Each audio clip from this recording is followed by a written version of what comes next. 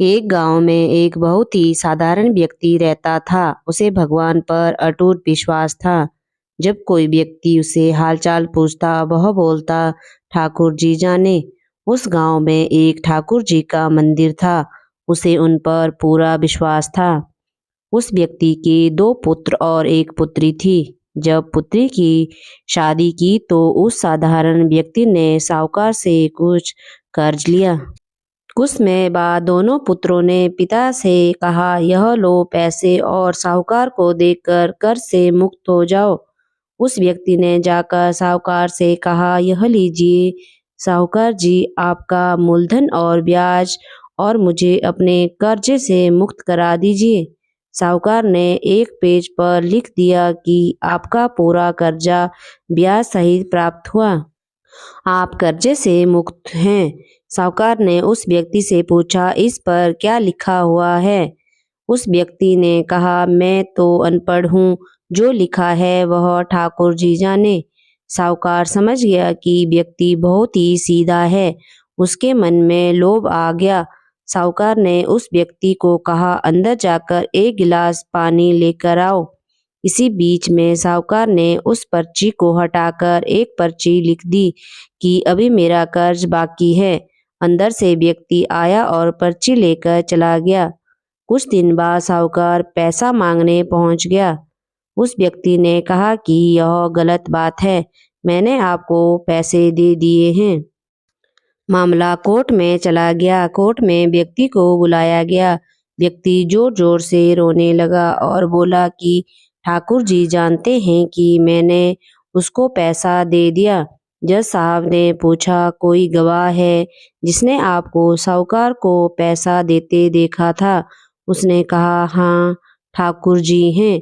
ठाकुर जी ने मुझे पैसे देते हुए साहूकार को देखा था। जज साहब ने कहा, ठाकुर जी को बुलाया जाए।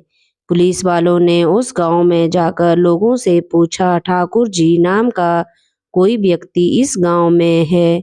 उसे कल कोर्ट में आना पड़ेगा। गांव वालों ने कहा, ठाकुर जी नाम का कोई भी व्यक्ति इस गांव में नहीं है। ठाकुर जी का मंदिर है, अब भगवान कैसे कोर्ट में पेश होंगे? अगले दिन अदालत की कार्रवाई शुरू हुई। जज साहब के बगल में खड़ा व्यक्ति जोर से बोलने लगा, ठाकुर जी हाजिर हो, ठाकुर जी हाजिर हो।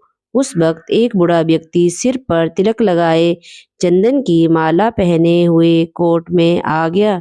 उस व्यक्ति ने कटघरे में खड़े होकर बोला, सर मैं ठाकुर जी हूँ, बताइए क्या बात है? जज साहब ने ठाकुर जी से पूछा, क्या आपने इस व्यक्ति को साहूकार को पैसे देते हुए देखा था? तब ठाकुर जी ने बोला, हाँ जज साहब, मेरे सामने ही इस व्यक्ति ने साहूकार को पूरे पैसे ब्याज समेत दे दिए थे। आप साहूकार को यहाँ रोकिए और किसी व्यक्ति को साहूकार के घर भेजिए। साहूकार के घर में अलमारी नंबर 3 में एक फाइल है। उस फाइल में 22 पेज पर वही पर्ची रखी है जिसमें लिखा है कि इस व्यक्ति ने ब्याज समेत पैसा दे दिया है। वह व्यक्ति इतना बोलकर चला गया। कुछ देर बाद सिपाही वापस आया और जज साहब को पर्ची दी। वह पर्ची जिसमें लिखा हुआ था कि पूरा पैसा ब्याज समेत मिल गया है। जज साहब ने कहा, ठाकुर जी कहाँ गए? उनको बुलाओ। ठाकुर जी दिखाई नहीं दिए। अगले दिन जज साहब उस व्यक्ति के गांव गया। पूरे गांव में खोजा गया। सभी व्यक्ति ने कहा कि वह वृद्ध आदमी इस गांव का नहीं था। जज साहब समझ गए कि वह वास्तव में ठाकुर जी यानी भगवान ही थे। जज साहब ने उसी वक्त अपने पद से इस्तीफा दे दिया। जज साहब भारत के सभी मंदिरों में घूम घूम कर उसके दरबार की मिट्टी को अपने सिर में लगाते थे। किसी मंदिर में बैठते नहीं।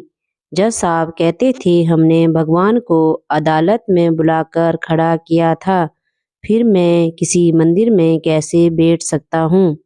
इस तरह जज साहब काफी बदल गए।